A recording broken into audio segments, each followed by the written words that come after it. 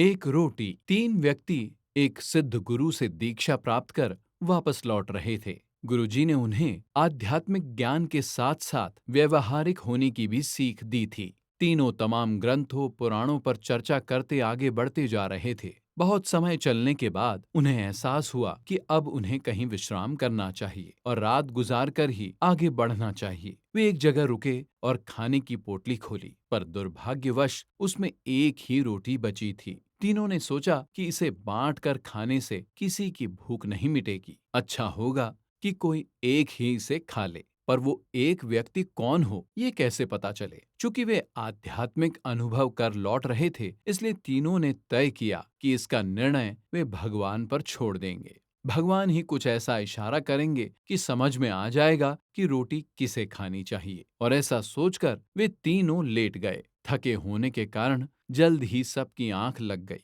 जब अगली सुबह उठे तो पहले व्यक्ति ने कहा, कल रात मेरे सपने में एक देवदूत आए। वे मुझे स्वर्ग की सैर पर ले गए। सचमुच इससे पहले मैंने कभी ऐसे दृश्य नहीं देखे थे। असीम शांति, असीम सौंदर्य मैंने हर जगह देखी। और जब मैं भ्रमण के अंतिम चरण में था तो सफेद वस्त्र पहने एक महात्मा ने मुझसे कहा, पुत्र, ये रोटी लो, इसे प्रसाद समझो और अपनी भूख मिटाओ। पहले व्यक्ति ने अपनी बात खत्म ही की थी कि दूसरा व्यक्ति बोला, कितनी अजीब बात है, मैंने भी बिल्कुल ऐसा ही सपना देखा। और अंत में एक महात्मा ने मुझे स्पष्ट निर्देश दिए कि मैंने जीवन भर लोगों का भला किया है, इसलिए रोटी पर मेरा ही हक बनता है। उन दोनों की बातें सुन तीसरा व्यक्ति चुपचाप बैठा था। तुमने क्या सपना देखा? पहले व्यक्ति ने पूछा। मेरे सपने में कुछ भी नहीं था। मैं कहीं नहीं गया और ना ही मुझे कोई महात्मा दिखे। लेकिन रात में जब एक बार मेरी नींद टूटी तो मैंने उठकर रोटी खा ली। अरे, तुमने ये क्या किया? ऐसा करने से पहले तुमने हमें बताया क्यों नहीं?